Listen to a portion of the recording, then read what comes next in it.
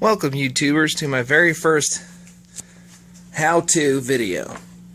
As a matter of fact, it's going to be my first experience doing this specific job, but we're going to work together on this and possibly come up with a good solution. Now, what happened to my wife's vehicle? It's a 2010 CRV, and the battery terminal corroded significantly and destroyed the clamp. And so I went down to Honda, and they gave me the bad news about how much the harness cost to replace, how much it would cost to install it. So I said, you know what, give me the harness and I'll just do it myself. Okay, so what we're going to do is pop the hood.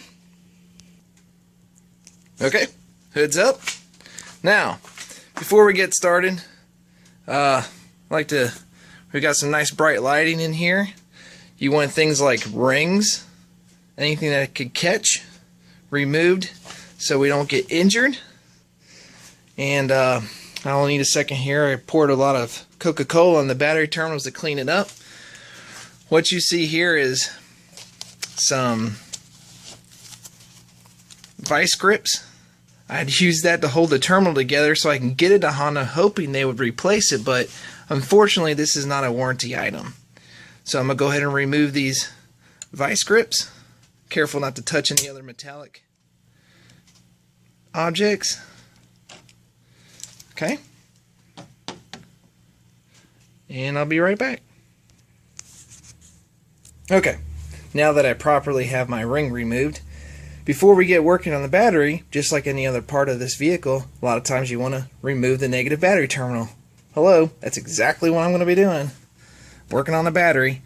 But if you get real close, you can see all the corrosion in there, and that's just what's left. It was a huge mound of it on here, but this is what we have left. And as you can see, it just comes right off. It's real loose. Not a good thing. Harness goes way down in there, comes around, connects here and here. You got some clips. I'll go ahead and remove the negative terminal first, then the positive, and then we'll get going. Okay.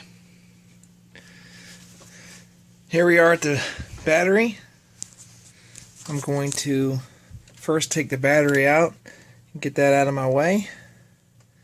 You see in there, I'm going to remove this battery brace. I'm going to pull this battery on out of here.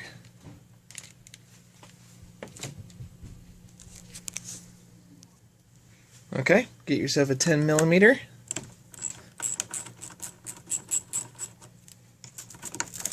Alright, negative is removed. We'll just get that on out of the way. Alright, positive. Well, pretty self-explanatory. It's just comes right on off. Alright, then we'll move to this special clip here. Which seem to be on the studs. Come right back with it removed. Okay, so the battery is removed. Nothing to it. Here's the battery right here. Here's your post. Here's a little container that a sleeve slides over the battery. This is a tray it sits in. It would be wise to clean that out. Now, with the battery removed, we're going to follow this cable, remove this connector, come on down, and then we're going to pop this cover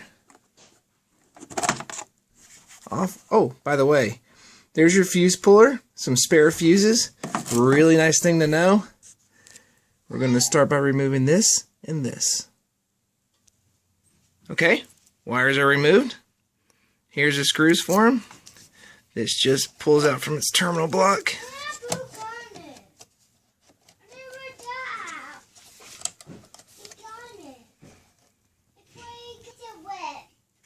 Okay, it'd be a wise idea to put the original hardware back in the screws. Okay, now that that's done, we'll remove this connector. Before I remember this, one thing to remember, sometimes connectors, a lot of people break because they really don't know how to do it, but if you take a little bit of time to study it, all you gotta do is just push down right there and it unhooks itself. And you just pull on it, nice and easy. Next, we remove this clip right here holding the harness. Top. Okay, now that we have... Yeah, you hear my airplane go by? Yeah. It caught on your airport. Okay. Well, I removed the clip. It's easy, just a little bit of knowledge. Use one of these right up underneath, and it pops. Squeeze these two pieces together. Pops right up and out of the way. There it is. There's most of it. Okay.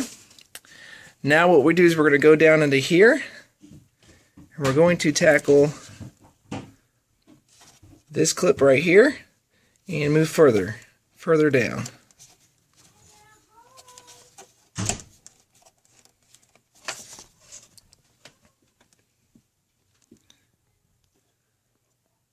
Okay, well, that was easy.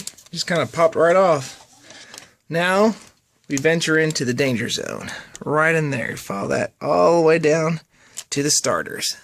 Oh, excuse me, singular, the starter and alternator. Alright, it looks like we had to remove the lower part of the bumper, which isn't all that bad. It's just a bunch of these little clips, real easy to take off. Okay, son. And then as we get underneath the car, not too bad. This whole area is exposed now. Let me set this camera, this phone, light up. Okay. Alright. Underneath here, you got this beam. Really nice to know. Alright. You have, let's see what we can find up in here. Please bear with me. It might be a little shaky. Okay.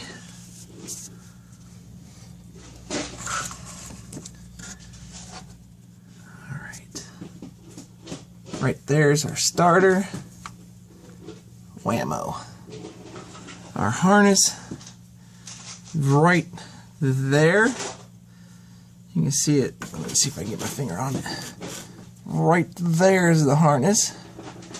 I'm going to start pulling it apart and getting all the cables out. Okay. This might look a little odd because you just saw a few other things, a barely taken apart motor. To get to this, and then now you see a mess. Okay, we're just recapping. I had to take a night off. This is the lower dust guard. Of course, that had to be removed so we can get up underneath. What I have done was a lot.